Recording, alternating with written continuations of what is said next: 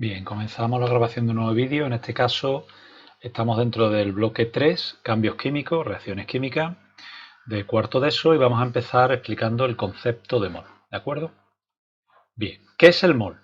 Pues la definición técnica de mol es la cantidad de sustancia de un sistema que contiene tantas entidades elementales como átomos hay en 0,012 kilogramos, es decir, 12 gramos del isótopo de carbono 12. Es decir, se cogió como referencia el isótopo de carbono 12 y se calculó cuántos átomos hay de dicho isótopo en esos 12 gramos.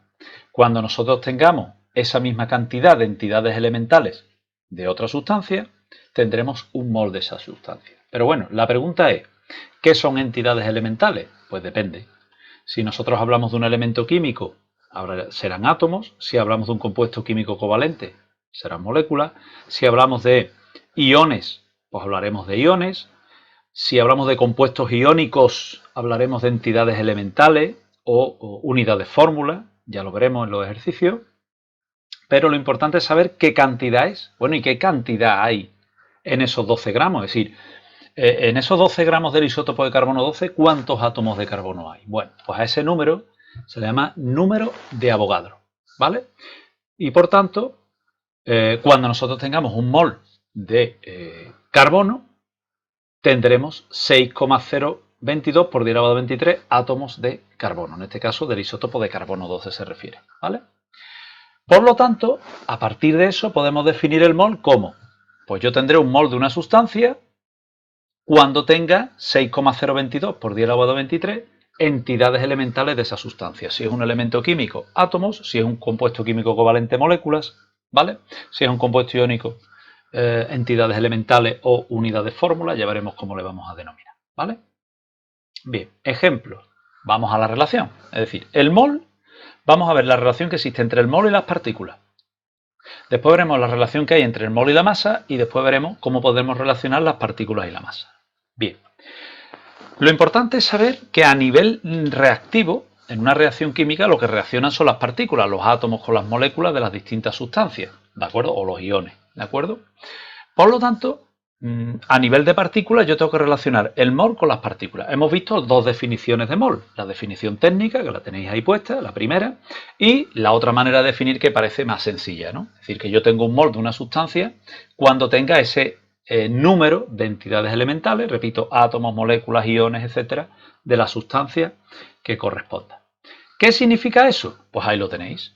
Que cuando yo tenga un mol de cobre, habrá estos átomos de cobre en ese mol, ¿de acuerdo? El número de Avogadro. Cuando yo tenga cloruro de hidrógeno, pues cuando tenga un mol, tendré todas estas moléculas de cloruro de hidrógeno. Cuando tenga el catión sodio o el anión cloruro, tendré un mol de cationes sodio o un mol de aniones cloruro cuando tenga el número de Avogadro en cationes y aniones de esas dos especies iónicas, ¿de acuerdo? Eso es lo que significa. Si yo tengo un mol, tendré el número de Avogadro. Esto es algo parecido a cuando yo tengo una docena de huevos, es que tengo 12 huevos. Si tengo una docena de naranjas, tengo 12 naranjas. Pues aquí es exactamente igual, pero aplicado al concepto de mol, que repito, es un concepto, ¿de acuerdo? Bien, ejemplo, pues aquí tenemos un ejercicio muy sencillo.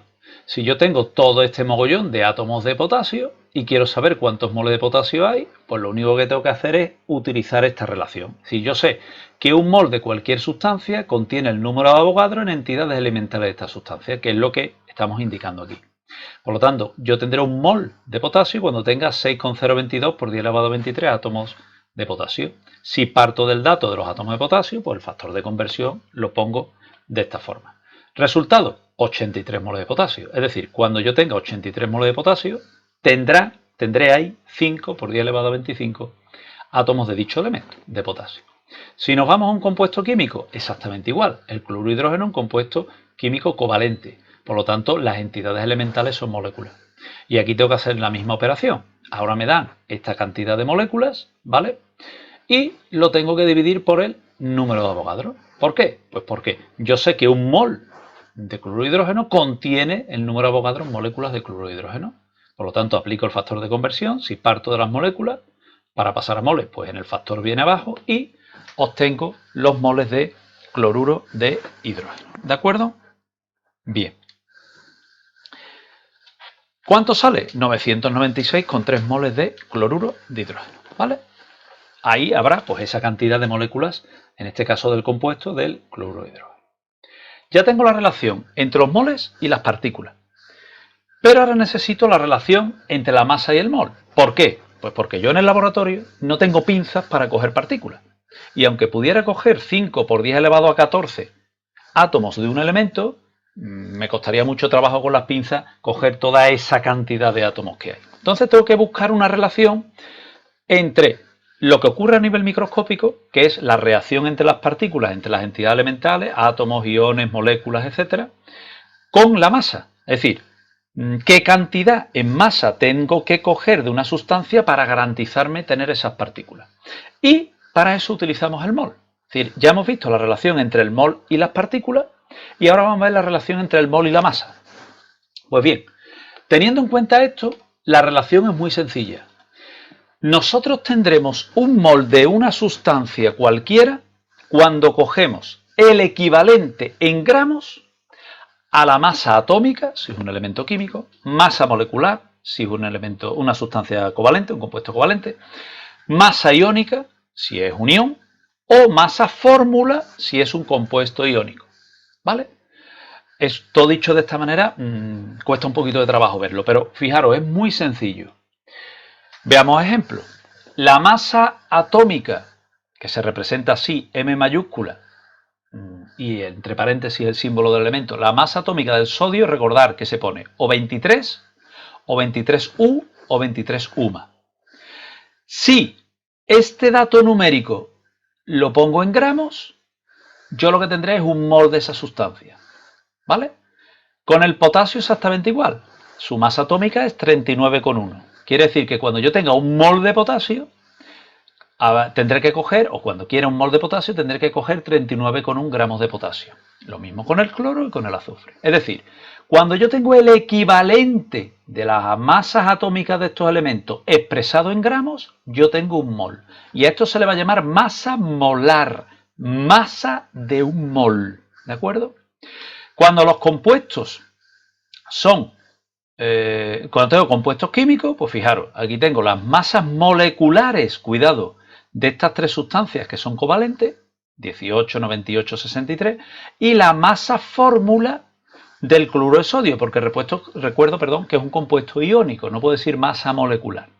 Lo que sí sé es que si yo cojo estas cantidades en gramos para cada una de estas sustancias, 18, 98 gramos, 63 gramos, 58,5 gramos, tendré un mol de agua, un mol de ácido sulfúrico, un mol de ácido nítrico o un mol de cloruro de sodio. ¿De acuerdo? Bien. Ejercicio muy sencillo. Vamos a volver otra vez al potasio. Si yo tengo 8 moles de potasio y yo quiero calcular cuántos gramos de potasio tengo, pues me fijo en su masa atómica. Y digo, cuando yo tenga un mol de potasio, aquí lo tengo, aquí está expresado, ¿de acuerdo? Cuando yo tenga un mol de potasio, tendré que coger 39,1 gramos de potasio. Como vengo de los moles de potasio, aplico el factor de conversión, los moles se van con los moles y me salen los gramos de potasio que tengo. En un compuesto químico exactamente igual. Me da el dato de la masa molecular del cloruro de hidrógeno. Repito, puedo hablar de masa molecular porque el cloruro de hidrógeno es compuesto covalente. Y lo único que tengo que hacer es parto del dato de los 75 gramos de cloruro de hidrógeno y aplico la relación entre el mol de cloruro de hidrógeno y su masa correspondiente a un mol, que repito, es la misma expresada en gramos. Bueno, aquí hay un pequeño error porque la masa del cloruro de hidrógeno no es 39,1, era la del potasio, sino 36,5. ¿De acuerdo? Bueno, quitando ese error de la expresión, el razonamiento sería exactamente el mismo. ¿Vale? Bien. Algo importante y que yo recalco mucho, ¿vale? Y lo diré mucho en clase, lo digo mucho en clase. Es muy importante que utilicéis el término mejor masa molar, la masa de un mol, porque el término masa molar vale para cualquier sustancia química, sea un átomo, un elemento químico, sea un compuesto químico, sea covalente o iónico, sea un ión, me da igual. Yo siempre puedo usar el término masa molar. Aquí está puesto, fijaros. Si yo pongo M mayúscula entre paréntesis sodio-potasio, estaré hablando de la masa atómica, si pongo UMA. ¿vale? Si esa M se refiere a un compuesto químico covalente, diré masa molecular, 18 UMA. Ahora, si esa sustancia es un compuesto iónico como el cloruro de sodio, yo no puedo decir la masa molecular del cloruro de sodio, porque los compuestos iónicos no forman moléculas. Eso ya se ha visto. Tendría que decir masa fórmula. Ahora bien, si yo eso mismo que he hecho aquí, en lugar de poner UMAS, pongo gramos mol, es decir, la masa en gramos por mol, es decir, la masa molar, la masa de un mol, yo puedo hablar de masa molar de cualquier sustancia química y no me voy a equivocar nunca. Si yo digo la masa molar del sodio es 23 gramos por mol, no hay problema. O la masa molar del sodio es 23 gramos, no es problema, porque estoy hablando de un mol. Ahora, si hablo de masa atómica, masa molecular, es un compuesto covalente, es un compuesto iónico, puedo equivocarme. Entonces, para no equivocarme, que es lo que estoy comentando aquí, se comenta aquí, es más conveniente utilizar el término masa molar. ¿De acuerdo? Bien. En definitiva, ¿qué hemos hecho? Hemos cogido el concepto de mol y hemos visto qué relación hay entre el mol y las partículas. Es decir, hemos visto que un mol de una sustancia contiene el número de Avogadro en entidades elementales o partículas de esa sustancia. Átomos, moléculas, iones, entidades elementales o unidades de fórmula si es un compuesto iónico, etc. Pero eso en el laboratorio no me vale para nada, porque es verdad que las reacciones se producen a nivel de partículas, pero yo en los laboratorios tengo balanza. Yo no puedo coger pinzas, coger una pinza para coger átomos de potasio, ¿por qué no puedo? Entonces tendré que medir masa. Entonces tengo que buscar la relación entre la masa y el mol. La masa del mol la hemos visto fácil. Es decir, la masa de un mol de una sustancia es el equivalente en gramos, ¿de acuerdo?, de la masa atómica, molecular, fórmula, iónica de esa sustancia. Una vez que nosotros tenemos eso, es decir, la relación entre el mol y las partículas a través del número Avogadro y el mol y la masa en gramos a través de la masa molar, yo ya puedo relacionar estos dos términos. Es decir, cuando yo tengo un mol de potasio, voy a tener 6,022 por 10 elevado a 23 átomos de potasio. Y a la vez voy a tener 39,1 gramos de potasio. Entonces, yo puedo establecer, por tanto, la relación entre los átomos y la masa a través del mol. Si yo quiero coger unos determinados átomos, moléculas, iones o unidades de fórmula de una sustancia, lo paso a moles, es una opción, y de los moles, a través de la masa molar, paso a masa. De tal manera que puedo saber qué masa tengo que coger para asegurarme tener las partículas de la sustancia de la que me están hablando. ¿De acuerdo? Bien, pues con esto finalizamos el vídeo y ya en otro vídeo con ejercicios prácticos de aplicación veremos cómo se aplica el concepto de mol para la resolución de ejercicios bien con elementos químicos o bien con compuestos químicos. ¿De acuerdo? Bien, pues con eso finalizamos el vídeo.